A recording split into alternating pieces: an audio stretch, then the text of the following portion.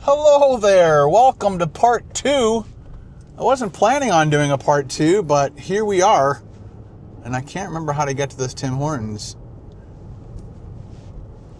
Oh, it was back there. Oh boy. It says no U-turn. I bet this guy does U-turn. That guy in the truck ahead of me, he wants a Tim Hortons. Just like me. So we're not doing a U-turn, technically. We're going to be using this driveway to cover the U. So we're turning, but there's no U. There we go. See, I'm in the guy's driveway. Oh, look, I forgot. I'm going this way. There we go. And then we head up to the Tim Hortons. Yeah, that text that Carol sent me is letting me know that she's taking her friend down for the other eye cataract surgery. And so I wished her all the best, and it's going to be a long day for Carol. But again, Carol is such a sweetheart that she wants to drive her friend all the way down to Toronto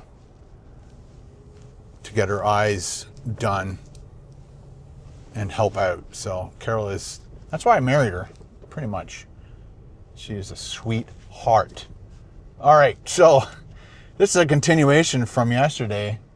Again, I wasn't planning on, I got to turn that heat down now. Now I'm too hot. What are you going to whine about next? Too cold, it's too hot. And we're doing the front-facing camera once again. I think it's in a good position. I guess you get my nose in the shot. I'd be interested to know what these guys charge. And I'm debating on whether, let's put that there, put that there. I gotta plug my phone in, I think. Just make sure. Also hit my Waze. Do you guys like this kind of stuff? This is life, man. This is me trying to get home after surviving our first night of freezing temperatures.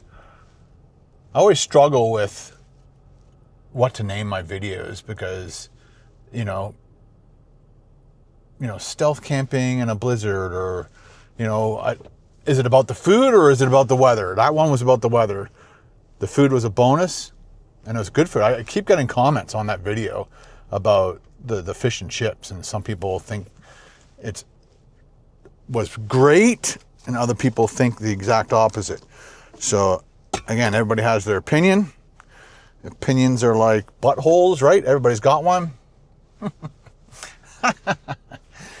Hi, kill me.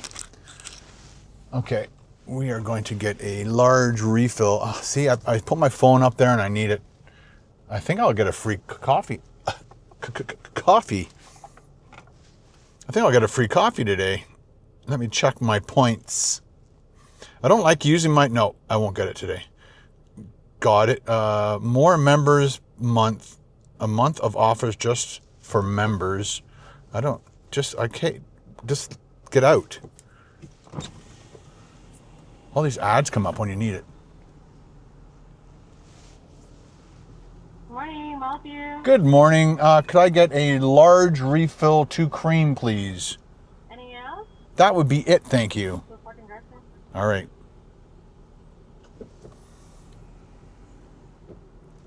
So I guess back to the question.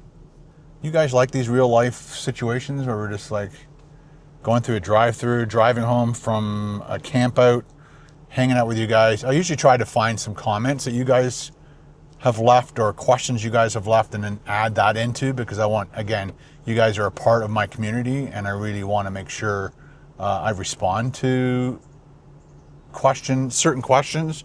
Certain questions I won't respond to, or I don't have time to, or like there's a whole bunch of reasons why I might not respond to somebody's comment. But I would say most of your comments are response worthy. Either I respond to you guys in the comment section, or I'll try and bring it into this. Oh, here's my arch enemy right there. The dreaded garbage truck.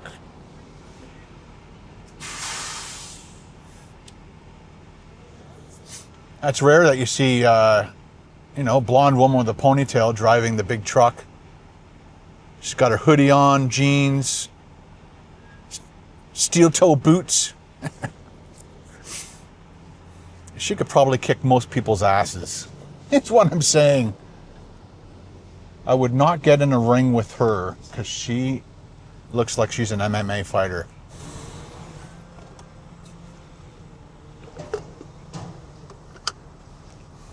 Again, doing refills is a little bit of a pain in the ass. And I always hate the person who's right in front of you who leaves like a 10-foot gap between them and the next person, because that probably stops somebody from sitting at the window to make their order. That's just one of my pet peeves. I'm allowed to have a pet peeve. Everybody's allowed to have a pet peeve.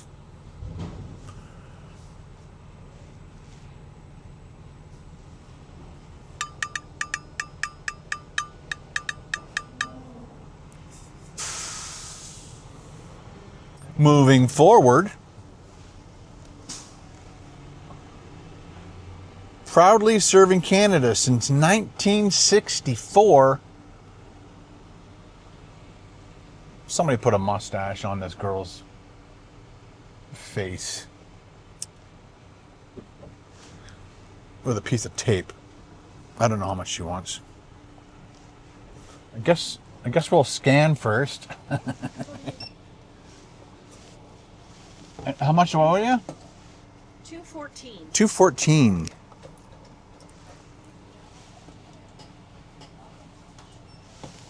Thank you very much. Have a great day. You as well. And she filled it up nice. They have like a special measuring device for certain size coffees. Okay, so we can put our phone there, get out of this next guy's way. Watch out for the garbage truck. Look out! All right, so I'm trying to think if there's anything else we need to talk about. I should have read the comments. Again, I just put my phone up here. I'm not on the road yet, so chill out, calm down, nobody around. Calm down. Okay, so it's an hour and 38 minutes from here to Ma's house. Yeah, I like this town too. Pretty much all the towns in Muskoka are my favorite towns, but you know, there is definitely an order to them. Bracebridge is my favorite town. It's got all the things you need, plus the beauty of a small town. And then I would have to say Port Carling would be second, just because it's right by my cottage, and I just love Port Carling and the waterfront and the locks. And then it would probably go to Huntsville. Those are probably my three favorite, like my top favorite. And then all the other ones are just as cool, but because I haven't visited them as much as I have those three towns, they're not on my, let's say, top three list. Okay, let's see how well they did on this coffee. 6% grade downhill. That camera's on good. Yeah, I think the mountains that we climbed on our bikes out west were about a 6% grade, and like 8 kilometers of 6% grade. It was tough. It was. I would guess that's probably my toughest bike ride I've ever done, and it was the second year, which was harder than my first year. I actually had to get off my bike at one point. I didn't get off on the first day, but I got off on the last day. Like after two 100-kilometer bike rides, that third day, climbing out of Golden to get to Lake Louise. First thing in the morning, getting out of Golden, you're doing like this crazy incline for, I don't know, maybe a kilometer or whatever, and then it kind of flattens out, and then it's up and down, up and down, up and down. And then they were doing lots of construction on it, and I came to this hill that was, I don't know, at least a kilometer downhill, very steep, and you're like, I just want to go, man. I want to see how fast I can go. But because they're doing all this construction on the road, there were like ribs in the road, and they were deep enough ribs or ridges or whatever that it vibrated the bike where you could not go fast, or your bike would probably fracture and fall apart. So you had to go slow down this hill that I could have probably got up to, I don't know, 70, 80 kilometers an hour easily. And I missed out. Damn it. The fastest I've ever gone is 74. I can't remember where that was. I think I was with my cousin, John, and we were like out in Orangeville area. What's it called? Huckley Valley or something? There's a lot of cyclists love that area because of the lots of hills and stuff. When you're a cyclist, you kind of dread the hills, but that's part of it, man. If there's an uphill, there's going to be a downhill. And if you're a hill bomber like me, I love the hills. My cousin Andrew, he was a little more timid, a little more cautious. Not me. I just like to go as fast as I could possibly go. I worked with a woman who I bragged to about how fast I went, and then she kind of had this smirk on her face. I'm like, what? You've gone faster than 74? And she's like, I'm like, how fast? She goes, 100. I'm like, holy shit. 100 kilometers on a bicycle down a hill. I'm like, that's scary stuff. Like, anything goes wrong, you're like shredded cheese on a road. Oh my gosh, I couldn't imagine the road rash that you would get from that. Wow. I'm not sure if I would, like, I'd probably be like cycling and I look down, and if I hit 80, I'd probably start pooping my pants and hitting the brakes. And if there's any type of turn at the bottom, I definitely wouldn't attempt it. If it was like a really long hill, straight, like an arrow, I'd go for it. But if there's any turns, heavy traffic, anything like that, nope. It's just too risky, man. That helmet's not going to do nothing. Nothing. What do they call it? A brain bucket. And the reason you wear life jackets is so they can recover the body. It's cheaper to pull a body out of the lake that's floating with a life jacket than it is to drag the lake for hours or hire scuba divers to scour the whole lake looking for a body. So, thank you for wearing your life jacket. You saved us tons of money. Anyway, all right, so we got an hour and 31 minutes left. I'm trying to think if there's anything that I really want to talk to you guys about. In the video that I just made for KBD Productions TV, I bought a brand new knife, and saying that it's sharp is an understatement. It is beyond sharp. It's like lightsaber sharp, and I cut my thumb right there, and it didn't stop bleeding for 3 hours. Lots of pressure. I put lots of pressure on it and hold it and hope, because I was like right at the beginning, just when I was cutting the onions, and I was like just kind of wiping the knife. I've been doing that my whole life. I think it's the first time I've ever cut my finger on a knife that I was wiping off the food.